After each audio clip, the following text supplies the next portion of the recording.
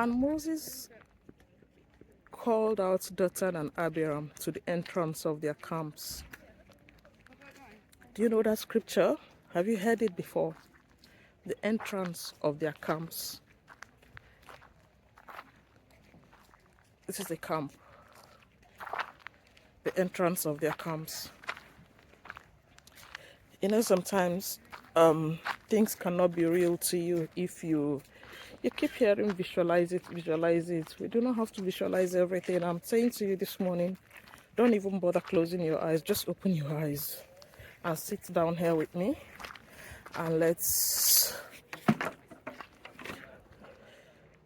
So Moses came to the entrance of the camp and called them out. These were rebel leaders instigating other people against Moses, stirring up dissension. And you know the Lord hates those who stirs up dissension among brethren, rabble rousers. So the Lord said to Moses, the Lord said to Moses, Moses said to them, come out, and they came out. And you know the story, Korah and Dathan, and how they died alongside 250,000 of their people. You know, sometimes when you read the Bible, you begin to imagine, you can't even imagine, it's like tales, fairy tale to you. Some things do not make sense, but you just take it anyway because it's the Bible. You cannot relate to the cultures, you cannot relate to the background, you cannot relate to the environment. And one thing I found out about things is that anything you cannot relate to, you cannot really understand. It's like a relationship. If you don't understand somebody, you can't. So that's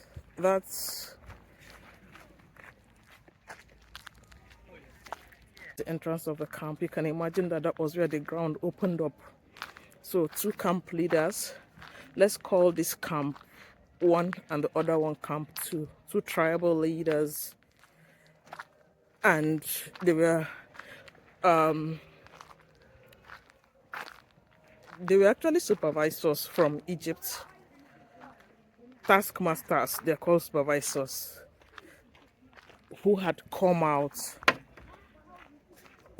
they already had beef, we call it beef in Nigeria. They already had a beef, grievances, grudges against Moses and Aaron from Egypt before they left Egypt, because Moses was always on the side of their people, and these are taskmasters who are meant to be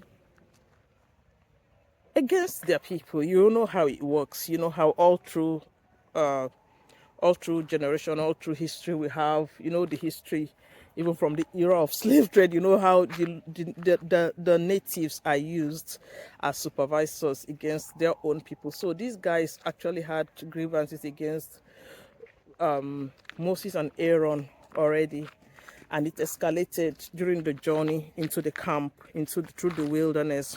And this was Moses giving them a chance and saying, guys, let's talk about this. This is a chance to spare yourself. This is a chance to save your life, because I'm not the one you're fighting against. You're kicking against a brick, and it is the Lord you're fighting against. But they refused. They rejected Moses' offer.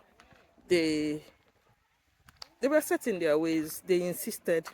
And then look at this open space. Just imagine that this was, yeah, I know I said you shouldn't imagine, but yeah, just imagine that this was two camps.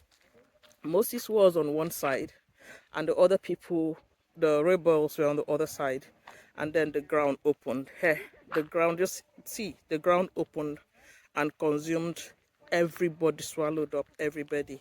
So why am I saying this? Because sometimes you read the Bible, even for me that said I know the Bible very well, there are some images that you can't relate with.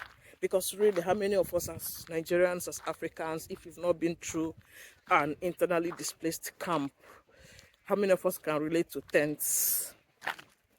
Because when you hear camp as a Nigerian, as an African, if you're truthful, this is not what pops up in your head. These are not how our camps are, but this is what it is. So you can imagine, this is the Israelites were out camping like this, and then this is what it is. So, and the ground opened up and swallowed them. So beware all rabble rousers, all contentious, all people whose job it is to stir up dissension, all gossip, all people who repeat tales, even when the tales are not true. All people, all of you who, if you're somebody who, you just hate accord, you just hate peace, you hate harmony. All you want at each point in time is to stir up dissension. It irks at you when people are at peace, and all you just want to do is to cause trouble. Beware. The Lord hates, that's one of the 7 sins, right? The Lord hates those who stirs up contention among brethren. Beware. Oh, God. It's just 9 o'clock in the morning and Amara is tired. Oh, the Lord renews my strength. I'm gonna go and sit down.